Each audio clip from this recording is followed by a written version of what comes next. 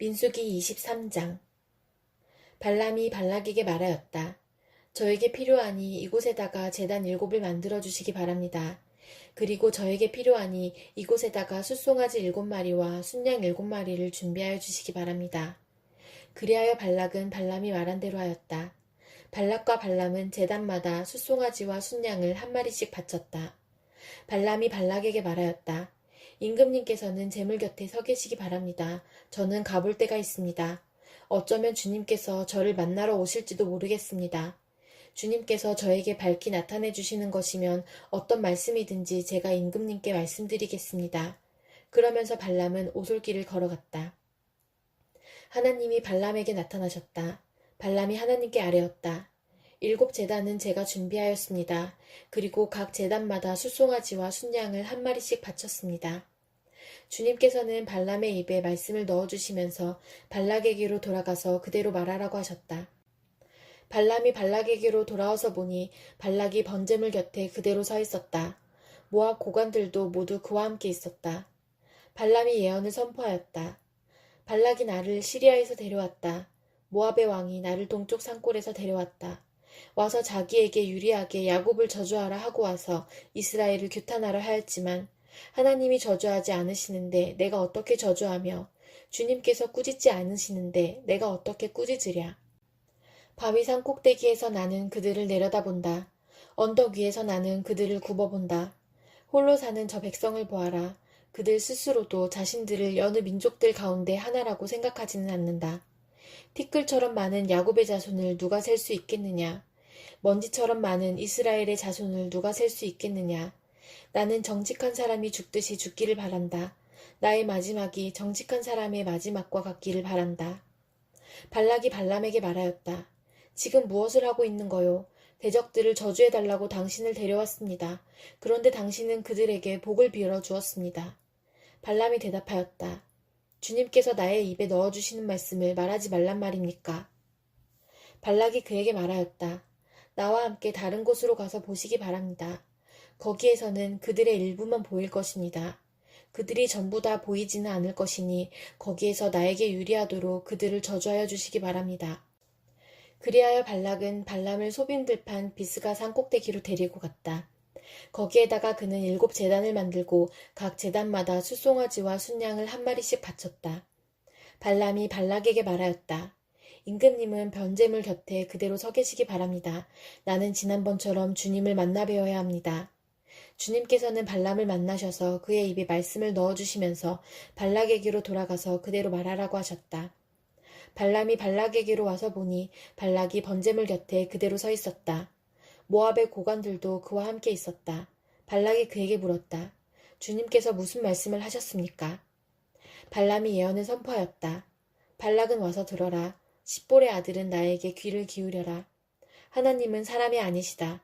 거짓말을 하지 아니하신다. 사람의 아들이 아니시니 변덕을 부리지도 아니하신다. 어찌 말씀하신 대로 하지 아니하시랴. 어찌 약속하신 것을 이루지 아니하시랴. 나는 축복하라 하시는 명을 받았다. 주님께서 복을 베푸셨으니 내가 그것을 바꿀 수 없다. 주님께서는 야곱에게서 아무런 죄도 찾지 못하셨다. 주님께서는 이스라엘에게서 어떤 잘못도 발견하지 못하셨다. 그들의 주 하나님이 그들과 함께 계신다. 주님을 임금으로 떠받드는 소리가 그들에게서 들린다. 하나님이 그들을 이집트에서 이끌어내셨다. 그에게는 들소와 같은 힘이 있다. 야곱에 맞설 마술은 없다. 이스라엘에 맞설 술법도 없다. 이제는 사람들이 야곱과 이스라엘에게 물을 것이다. 하나님이 하신 일이 어찌 그리 크냐고. 보아라, 그 백성이 암사자처럼 일어난다. 그들이 수사자처럼 우뚝 선다. 짐승을 잡아먹지 아니하고는 짐승을 찔러 그 피를 마시지 아니하고는 눕지 아니할 것이다. 발락이 발람에게 말하였다. 그들에게 저주도 빌지 말고 그들에게 복도 빌지 마시오. 발람이 발락에게 이렇게 대답하였다. 무엇이든 주님께서 내게 말씀하신 것만을 말하겠다고 내가 말씀드리지 않았습니까? 발락이 발람에게 말하였다. 함께 가시기 바랍니다. 내가 당신을 다른 곳으로 데리고 가겠습니다. 하나님 보시기에 올바른 일이면 거기에서 나에게 유리하도록 그들을 저주하여 주시기 바랍니다. 발락은 발람을 광야가 내려다 보이는 보울산 꼭대기로 데리고 갔다. 발람이 발락에게 말하였다. 저에게 필요하니 이곳에다가 제단 7을 만들어 주시기 바랍니다. 그리고 저에게 필요하니 이곳에다가 수송아지 7마리와 순양 7마리를 준비하여 주시기 바랍니다. 그리하여 발락은 발람이 말한 대로 하였다. 제단마다 숫송아지와 순양을 한 마리씩 바쳤다. 시편 64편. 하나님, 내가 탄식할 때에 내 소리를 들어주십시오. 원수들의 위협에서 내 생명을 지켜주십시오. 악인들이 은밀하게 모의할 때에 나를 숨겨주시고 악한 일을 저지르는 자들의 폭력에서 나를 지켜주십시오. 그들은 칼날처럼 날카롭게 혀를 버려 화살처럼 독서를 뽑아냅니다. 죄 없는 사람을 쏘려고 몰래 숨어 있다가 느닷없이 쏘고서도 거리낌조차 없습니다. 그들은 악한 일을 두고 서로 격려하며 남 몰래 올가미를 치려고 모의하며 누가 우리를 보랴 하고 큰 소리를 칩니다. 그들이 악을 꾀하고 은밀하게 음모를 꾸미니 사람의 속마음은 참으로 알 수 없습니다. 그러나 하나님이 화를 쏘실 것이니 그들이 화살을 맞고서 순식간에 쓰러질 것이다. 하나님은 그들이 혀를 놀려서 한 말 때문에 그들을 멸하실 것이니 이것을 보는 자마다 도망칠 것이다.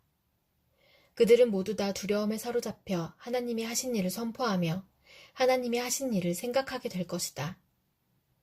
의인은 주님께서 하신 일을 생각하면서 기뻐하고 주님께로 피할 것이니 마음이 정직한 사람은 모두 주님을 찬양할 것이다. 시편 65편. 하나님, 시온에서 주님을 찬양함이 마땅한 일이니 우리가 주님께 한 서원을 지키렵니다. 우리의 기도를 들으시는 주님, 육신을 가진 사람이면 누구나 주님께로 나아옵니다.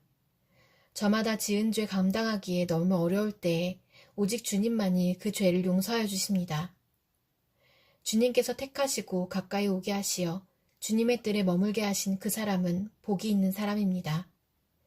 그러므로 우리는 주님의 집, 주님의 거룩한 성전에서 온갖 좋은 복으로 만족하렵니다. 우리를 구원하시는 하나님, 주님께서 그 놀라운 행적으로 정의를 세우시며 우리에게 응답하여 주심으로 땅끝까지 먼 바다끝까지 모든 사람이 주님을 의지합니다. 주님께서는 주님의 힘으로 주님의 능력으로 허리에 띠를 동이시고 산들이 뿌리를 내리게 하셨습니다. 주님께서는 바다의 노호와 파도 소리를 그치게 하시며 민족들의 소요를 가라앉히셨습니다. 땅끝에 사는 사람들까지 주님께서 보이신 징조를 보고 두려워서 떱니다. 해 뜨는 곳과 해 지는 곳까지도 주님께서는 즐거운 노래를 부르게 하십니다. 주님께서 땅을 돌보시어 땅에 물을 대주시고 큰 풍년이 들게 해주십니다. 하나님께서 손수 놓으신 물길에 물을 가득 채우시고 오곡을 마련해 주시니 이것은 주님께서 이 땅에다가 그렇게 준비해 주신 것입니다. 주님께서 또 밭이랑에 물을 넉넉히 대시고 이랑 끝을 마무르시며 밭을 단비로 적시며 돋는 새싹에 복을 내려주십니다. 주님께서 큰 복을 내리시어 한 해를 이렇듯 영광스럽게 꾸미시니 주님께서 지나시는 자취마다 기름이 뚝뚝 떨어집니다. 그 기름이 광야의 목장에도 여울져 흐르고 언덕들도 즐거워합니다.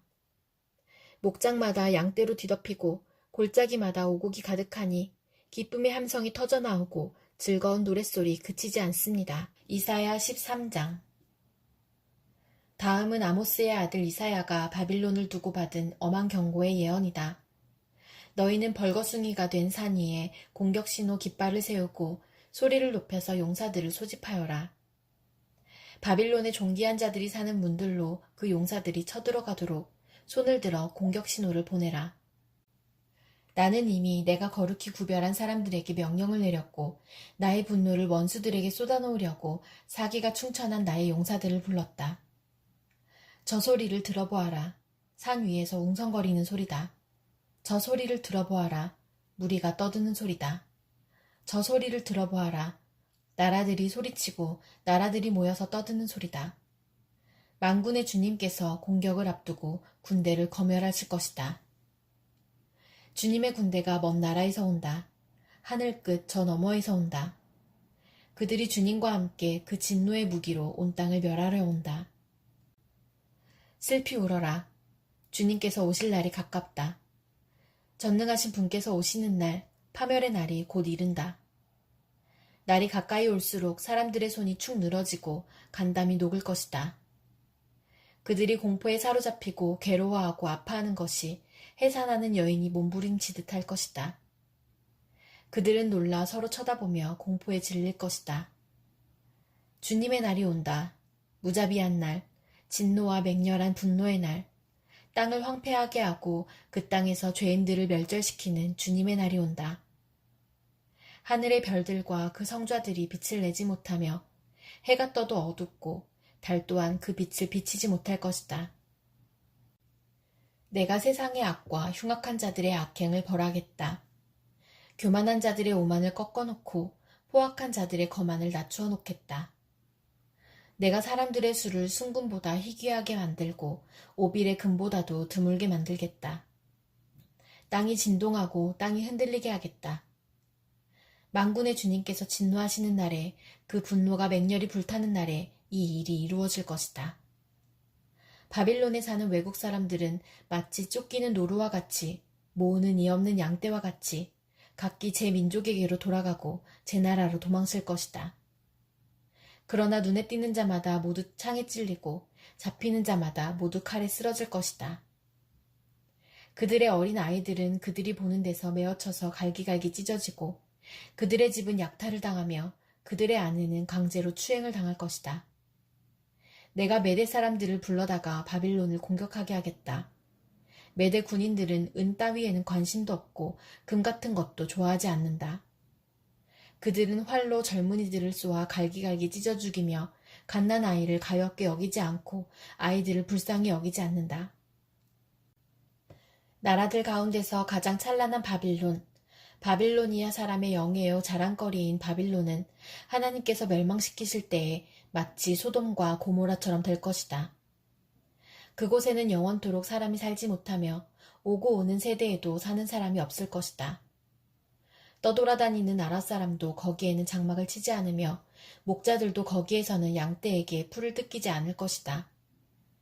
거기에는 다만 들짐승들이나 뒹굴며 사람이 살던 집에는 부르짖는 짐승들이 가득하며 타조들이 거기에 깃들이며 사냥들이 그 폐허에서 뛰어놀 것이다. 화려하던 궁전에서는 승냥이가 울부짖고 화려하던 신전에서는 늑대가 울 것이다. 그때가 다가오고 있다. 그날은 절대로 연기되지 않는다. 베드로전서 1장. 예수 그리스도의 사도인 베드로가 본도와 갈라디아와 갑바도기아와 아시아와 비두니아에 흩어져서 사는 나그네들인 택하심을 입은 이들에게 이 편지를 씁니다. 하나님 아버지께서 여러분을 미리 아시고 성령으로 거룩하게 해주셔서 여러분은 순종하게 되고 예수 그리스도의 핏부림을 받게 되었습니다. 여러분에게 은혜와 평화가 더욱 가득 차기를 빕니다. 우리 주 예수 그리스도의 하나님 아버지께 찬양을 드립시다. 하나님께서는 그 크신 자비로 우리를 새로 태어나게 하셨습니다.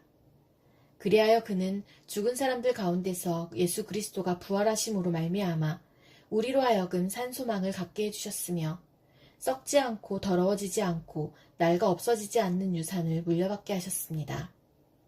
이 유산은 여러분을 위하여 하늘에 간직되어 있습니다. 하나님께서는 여러분의 믿음을 보시고 그의 능력으로 여러분을 보호해 주시며 마지막 때에 나타나기로 되어 있는 구원을 얻게 해주십니다. 그러므로 여러분이 지금 잠시 동안 여러 가지 시련 속에서 어쩔 수 없이 슬픔을 당하게 되었다 하더라도 기뻐하십시오. 하나님께서는 여러분의 믿음을 단련하셔서 불로 단련하지만 결국 없어지고 마는 금보다 더 귀한 것이 되게 하시며 예수 그리스도께서 나타나실 때에 여러분에게 칭찬과 영광과 존귀를 얻게 해주십니다. 여러분은 그리스도를 본 일이 없으면서도 사랑하며 지금 그를 보지 못하면서도 믿으며 말로 다 표현할 수 없는 즐거움과 영광을 누리면서 기뻐하고 있습니다. 여러분은 믿음의 목표, 곧 여러분의 영혼의 구원을 받고 있는 것입니다. 예언자들은 이 구원을 자세히 살피고 연구하였습니다. 그들은 여러분이 받을 은혜를 예언하였습니다. 누구에게 또는 어느 때에 이런 일이 일어날 것인지를 그들이 연구할 때에 그들 안에 계신 그리스도의 영이 그리스도에게 닥칠 고난과 그 뒤에 올 영광을 미리 증언하여 드러내 주셨습니다. 예언자들은 자기들이 섬긴 그 일들이 자기들을 위한 것이 아니라 여러분을 위한 것임을 계시로 알게 되었습니다. 그 일들은 하늘로부터 보내주신 성령을 힘입어서 여러분에게 복음을 전한 사람들이 이제 여러분에게 선포한 것입니다. 그 일들은 천사들도 보고 싶어 하는 것입니다. 그러므로 여러분은 마음을 단단히 먹고 정신을 차려서 예수 그리스도께서 나타나실 때에 여러분이 받을 은혜를 끝까지 바라고 있으십시오. 순종하는 자녀로서 여러분은 전에 모르고 쫓았던 욕망을 따라 살지 말고 여러분을 불러주신 그 거룩하신 분을 따라 모든 행실을 거룩하게 하십시오. 성경에 기록하기를 내가 거룩하니 너희도 거룩하여라 하였습니다.